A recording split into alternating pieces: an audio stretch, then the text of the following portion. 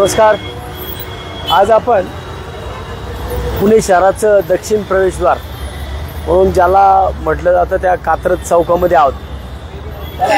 हा कात्रज चौक म्हणजे आपण कोल्हापूरकडून येतो या ठिकाणी हा प्रचंड मोठ्या प्रमाणात इथं ट्रॅफिक जाम होतं आणि ह्या चौकामध्ये आपण हा होल्डिंग एक पाहू शकतो समोरचा। हा कात्रजचा जुना बस स्टॉप आहे।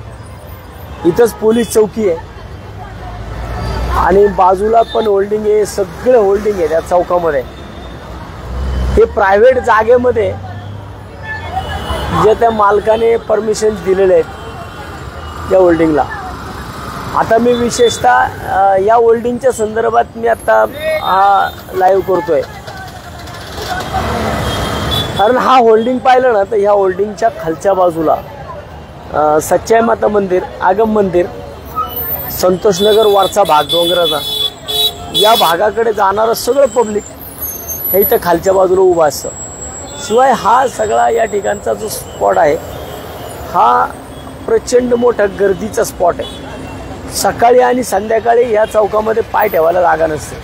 हा एक होल्डिंग असा आहे, याची मी चौकशी केली तर हा होल्डिंग PMPML ने याला परमिशन दिलेली आहे आणि PMPML ने याची जाहिरात काढली होती आणि PMPML ने याचं टेंडर काढलं आणि महानगरपालिकेच्या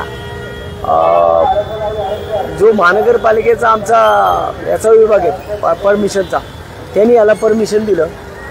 हा सिंगल पोलवरती आहे, याला फक्त एकच पोल आहे, याला कुठलाही दुसरा सपोर्ट नाही आहे। आपण तिथं पाहू शकतो आणि हा अतिशय कमी जागेमध्ये PMPML ने बसवलेला हा होल्डिंग आहे।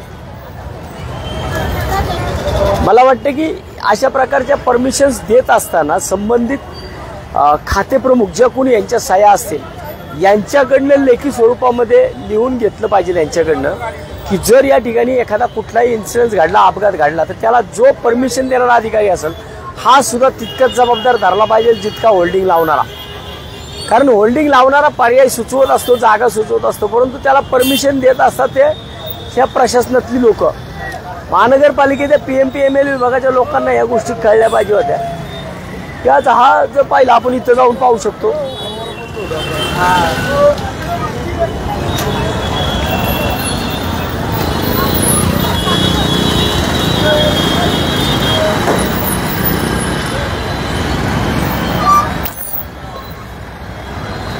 हा सगळा भाग दिसतो हा पूर्णपणे इथून हा संपूर्ण रिक्षा स्टँड आहे आणि हा रिक्षा स्टँड सगळा वरती डोंगरावरती जाणाऱ्या लोकांचा हा रिक्षा स्टँड आहे। इथं संपूर्णपणे सकाळ संध्याकाळ दोन टायमाला पूर्णपणे इथं लोक उभी असतात त्या बाजूला त्या तिथपर्यंत। आणि हा जर असा हा होल्डिंग जर खाली आला तर याच्यापासून एवढी मोठी जीवितहानी होऊ शकते।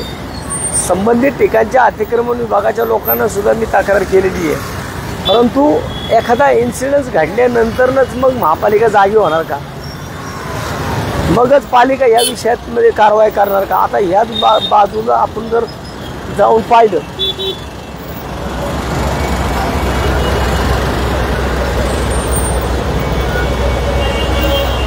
या ठिकाणी सुद्धा एक होता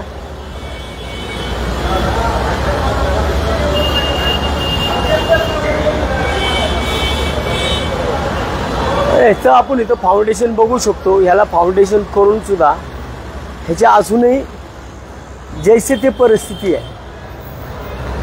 हा होल्डिंग झाला तयार, याला कुठल्याही प्रकारे काही दुसरा सपोर्ट दिलेला नाही आहे।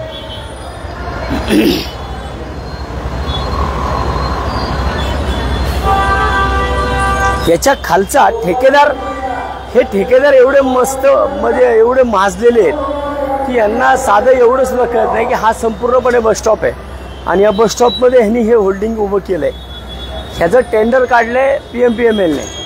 PMPMLचे जे अधिकारी असतील त्यांच्यावरती सुद्धा कारवाई झाली पाहिजे की तुमच्या जागेमध्ये हा टॉयलेटचा रस्ता आहे, याच्यामध्ये यांनी इथं खोदकाम केलं आहे आणि हे सगळं राडारोडा त्याचा हाय तसंच ठेवला आहे ना। त्याला काय सपोर्ट केलं दाखवा मला।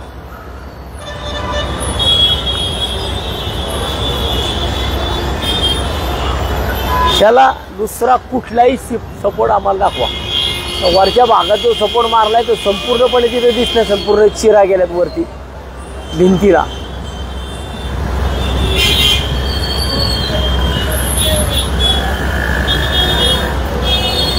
याला ह्या संपूर्णपणे होल्डिंगला कुठलाही दुसरा सपोर्ट नाही. हा फक्त ह्या एकाच ह्याच्यावरती. आता हा होल्डिंग त्या टायमाला असा पॅक होतो, त्या टायमाला ह्याच्यावरती जाहिरात लागते आणि जर वारं या दिशेने असेल तर हा होल्डिंग पूर्णपणे इकडं आपण इथं पाहू शकतो. इथं सगळा नागरी भाग आहे. तो सुद्धा होल्डिंग तसाच आहे. हा सुद्धा होल्डिंग तसाच आहे की हा होल्डिंग जर इकडं आला, हा सगळा वाहतुकीचा रस्ता आहे. खाली इथं जर तुम्ही आता आपण थोडं दुपारी आलोत म्हणून आता इथं गर्दी नाही आहे, नाहीतर सकाळ आणि संध्याकाळ 2 टाईम ह्या चौकामध्ये ह्या चहाच्या टपऱ्यांवरती. आणि इथं हा संपूर्णपणे बसस्टॉप आहे. आता इथं पाहू शकतो आपण, हा सिग्नल आहे.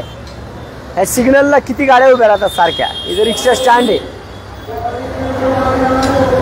आता याच्यामध्ये जर हा होल्डिंग अपघात याचा झाला तर हा काय करू शकतो याचा आपण अंदाज सुद्धा लावू शकत नाही. मला वाटतं या सगळ्या गोष्टी करत असताना महानगरपालिकेचे कुठलेही अधिकारी परमिशनला येत नाहीत बघायला, आणि जागा न बघता या अशा प्रकारचे परमिशन दिल्या जातात. आता इथं आपण पाहू शकतो की हा असं इथं ठेवून गेलाय. गेल्या अनेक वर्षापासून हा होल्डिंग, आता वर्ष 6 महिने झालं हा होल्डिंग झालाय, परंतु हा इथं जाणारा टॉयलेटचा रस्ता आहे आणि टॉयलेटच्या रस्त्यामध्ये हा होल्डिंग केलाय. ह्याच्या आजूबाजूची कुठली घाणसुद्धा काढलेली नाही आहे. ह्याला कुठला दुसरा सपोर्टसुद्धा नाही आहे. हा पूर्णपणे हा एका ह्याच्यावरती उभा आहे. याला दुसरीकडे कुठंच मला सपोर्ट दाखवा.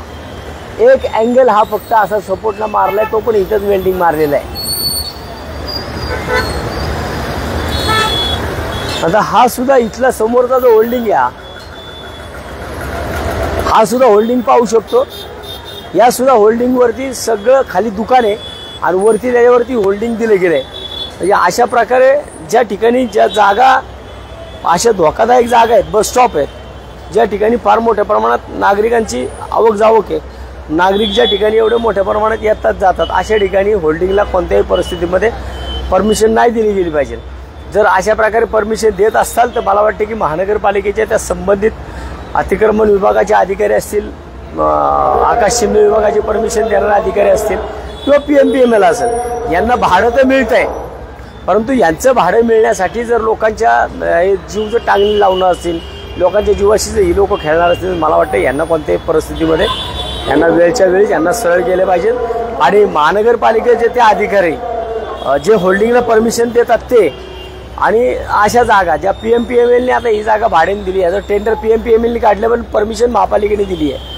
मग PMPMLचे ते अधिकारी जे हे अशा प्रकारच्या जागा स्पेसिफाय करतात की ज्या जागा खालच्या बाजूला सगळं पब्लिक आहे, मग याच्यावरतून जर याचा अपघात घडला तर आता परत याची घाटकोपरची पुनरावृत्ती करणार का?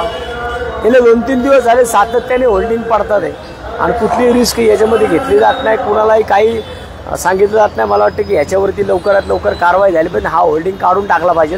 त्या होल्डिंगमुळं आसपासच्या लोकांना फार मोठ्या प्रमाणात जीवाला धोका आहे. इथं माणूस ज्या टायमाला उभा राहतो बस स्टॉपला तर तो प्रचंड मोठ्या प्रमाणात जीव मुठीत धरून उभा राहतो.